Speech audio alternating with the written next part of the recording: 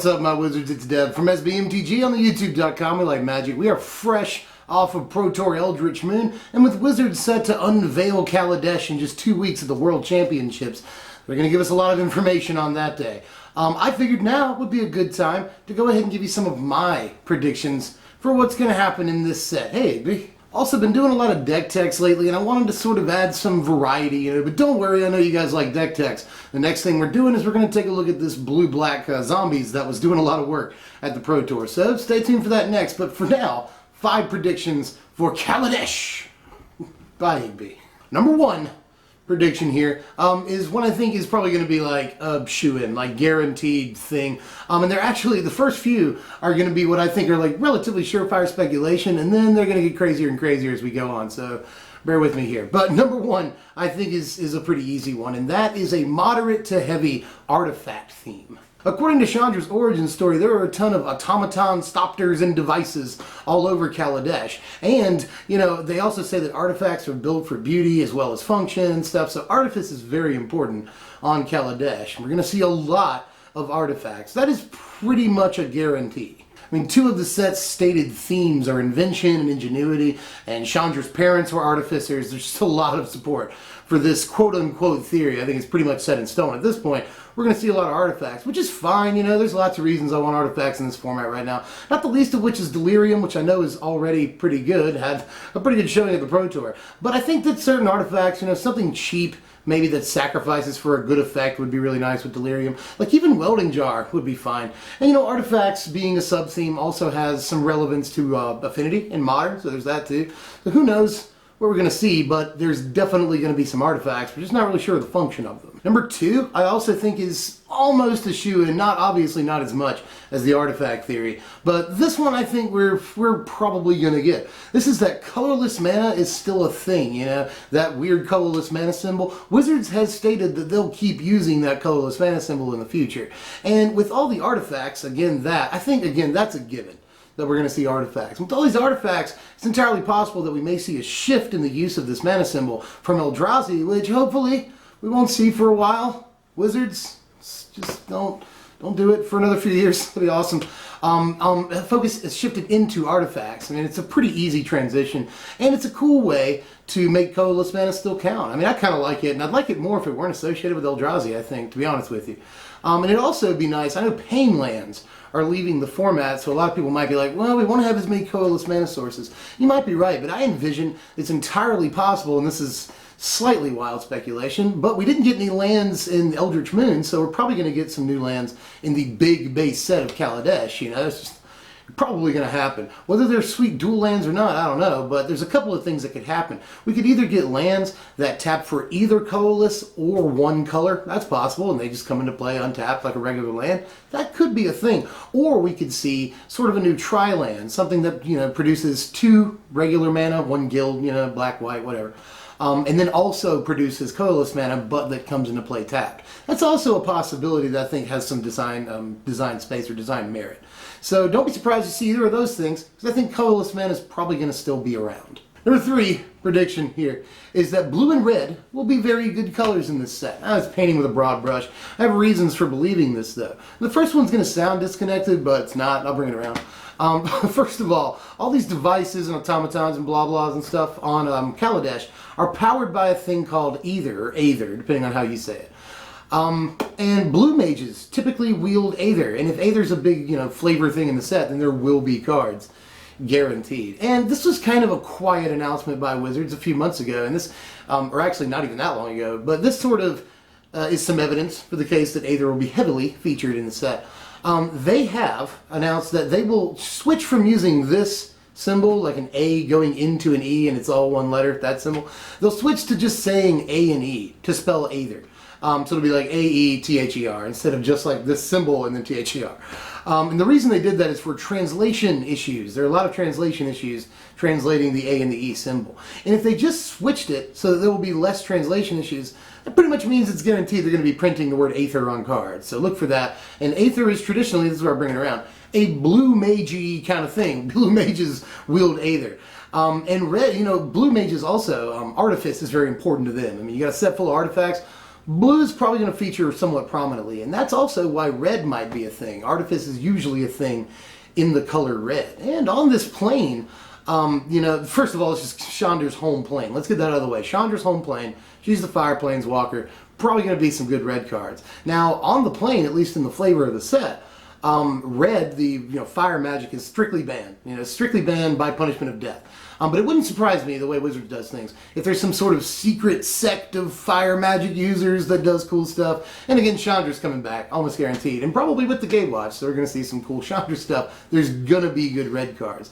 And probably what I hope is the best evidence, and it is a little circumstantial, but blue and red have been maligned as like the worst colors in the format for a while. White and green have been the best colors, and black's sort of been in the middle. But blue and red have noticeably, especially red, been just kind of bad colors that people make fun of for like the last year or more, really. So I think it's just about time for sort of changing the guard here and for blue and red to come back to form.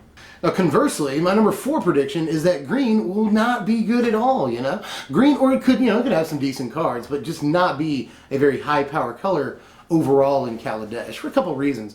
Like, first of all, this is again the inverse of why I think blue and red might be good. Just one of the reasons is that they've been bad for so long. Green's been so good for so long with things like Collected Company, Sylvan Advocate, Duskwatch Recruiter, and only one of those cards rotates. The other two are still very powerful and will remain standard staples as long as they're playable. Legally. So I think that green has had a bit of enough for now, and one of the reasons that I think that could be is because I just don't, and again, we don't know much about this this plane or this set, but I just don't right now see a whole lot of design space for green outside of maybe sideboard staples and such that destroy artifacts. That's a possibility. Maybe we'll see oxidize again. I don't know. But I'm just not seeing a ton of design space right now. Of course, we need to see a lot more of this set before we make crazy judgments like that. But green has just been on top for so long at this point that I think that blue and red will take the mantle. And maybe they'll let green just have a couple of decent cards. As far as white goes, by the way, the other great color in Standard, I think that there is some design space. Apparently the entire plane is ruled by the consuls. See, consul's lieutenant, a militaristic governing body, basically. So there is some design space for white in this set. And black, by the way, this is a pretty interesting thing. A Reddit user, and I'll link to this in the description of the video, along with a bunch of the other information I'm talking about here. That I've cited so far. But a Reddit user has translated a bunch of stuff because apparently a lot of the things that they're using in this set, and a lot of things like Chandra, for instance, translates directly into a couple of different Southeast Asian languages, and the set appears to be inspired by Southeast Asian and Indian, design themes. So, in aesthetics and stuff like that. So, it's pretty interesting that some of these terms translate directly into Southeast Asian languages. Chandra means illustrious. That's pretty, that makes sense, right? Girapur means like Gear City, Ring City. It also could mean Ring City or Gear City, so there's that. That's pretty obvious too. But one of the coolest things, one of the coolest translations is that Kaladesh translates directly into Black Home. That's pretty neat. Will black feature more in the set than we think it might, or is it just like a weird thing that doesn't really translate? That's yet to be said, but again, I told you that as we go on, it's going to be wild speculation here. But at the same time, my original speculation, number 4, I'll stick with. I think green will probably get, sort of a bump downwards. And number 5, right here. So far, a lot of this has been what I consider safe, quote-unquote, speculation, except for a couple things, like the Colorless producing lands might be, wild speculation. Same thing with the Kaladesh translating to Black Home, so maybe black will be an important color. That's fairly wild, but most of this has been what I consider fairly safe speculation. So I'm going to swing for the fences on number 5 here and talk about 3 Planeswalkers that I think we might see returning. And I'm kind of going to talk about them in the order that I think they have a chance of returning, the most likely first and then the craziest one last. So the one that I think is I guess, most likely to return as far as these 3 that I'm going to talk about is Garruk, or Garruk, if you want to make that horrible noise with your throat. Cats. Garruk has beef with Liliana, and he's had it for a while, and people have been for bye, I just can't keep him up here. Anyway, but he's had beef with Liliana for a while, and players keep asking, where is Garruk? Where is this stupid guy? And he hasn't been in a bunch of sets in a row. So it's just kind of about time, and I've already said I think green might be kind of bad in this set, so this, printing a Garruk in this set would give green players a reason not to cry foul. So there's that too. Alright, I told you it's going to get slightly crazier as it goes on here, but the number 2 Planeswalker I think might come back here is possibly Tezzeret. All the artifacts make it a total possibility. And don't forget, where Tezzeret's supposed to be right now, he's supposed to be in Phyrexia. So, like, we got this whole translation into Black Home thing going on. We got the association with artifacts that Phyrexians have, and Tezzeret is there. So, Phyrexians? Phyrexians. It's probably not the Phyrexians, to be honest with you. But people have been also saying, just like Garrett, people have been saying, like, where are the Phyrexians? They need to come back. We like Phyrexians. And like a couple of people, like literally 2 people, when Eldritch Moon came out, we're speculating that not Merit Lage, not Imrikul, like it might be the Phyrexians, or, you know, maybe. And people love Phyrexians, so it's cool. But I don't think that it's going to happen. But it'd be cool. You know, I'm going to talk about this when I talk about the last Planeswalker, I think, might return. I'm going to touch on it briefly here. The Gatewatch, which is probably going to be in this set. Unless it's some sort of back-in-time thing, that's another theory, but I don't know that that has any credence. Anyway, if the Gatewatch are in this set, they probably are, what they need at this point, and by the way, spoilers if you don't know what happens at the very end of Eldritch Moon, spoilers, I'll put that article also in the description, so read that if you have any interest. Spoilers. But anyway, what the Gatewatch needs is a strong enemy that they can actually defeat, because Imrikul decided, you know, she elected to let herself be put into the moon. And it sounds so stupid out of context, but still, she elected to let that happen. The Gatewatch did not technically defeat Emrakul, so there's sort of a loophole there. But the Gatewatch needs a strong enemy and a recognizable enemy, I think that's important, that they can actually defeat as a unit.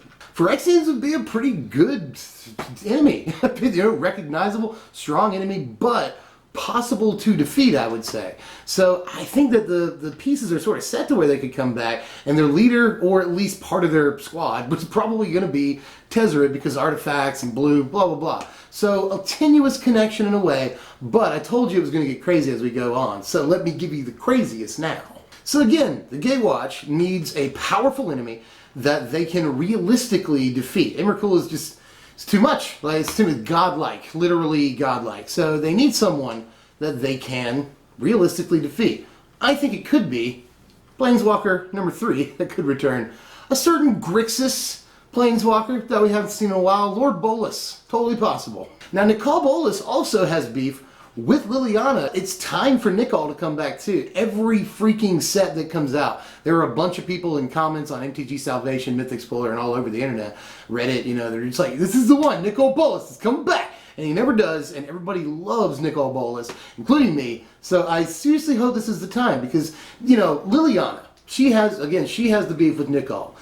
She has referred to the Gatewatch towards the end of the story there a couple of times as my very own Gatewatch. Like, she's made it very clear that she's going to manipulate them to her own ends to get them to do what she needs done. And she needs the Chain Veil destroyed. And she has alluded to it a couple times that Nicol is sort of the key to doing that. So we'll see if that features in. I'm not sure if that's actually technically wild speculation or not. I think that might actually sort of be sound speculation, but we'll have to wait and see. That's obviously swinging for the fences, so we'll see. I hope it's Nicol Bolas, like a lot, fingers crossed. Into pure, ridiculous, crazy speculation that's completely hypothetical, and you just let me know how you feel about it in the comments. But there is some solid stuff in there that's almost certainly going to happen. I just, you know, you do one of these videos, you want to at least do a couple of crazy ones, right? Because if they do happen, you're a genius. If they don't happen, they were crazy. But that's all for these theories today. Let me know how you felt about all this crazy speculation down there in the comments section, or give me your own theories on what we might see or what might happen in this set right here. And I'm always really interested in that too. So let me know how you feel about all this. Give me your own theories, and remember that Blue Black Zombies is coming up next, and everybody loves zombies. So stay tuned for that. And if you enjoyed this content, just hit the like button. That's all I ask you to do. You can also subscribe, you know, do all the things if you want to. That'd be awesome. And I'll see you guys next time. I'm Deb from SBMTG. Thanks for watching, my wizards.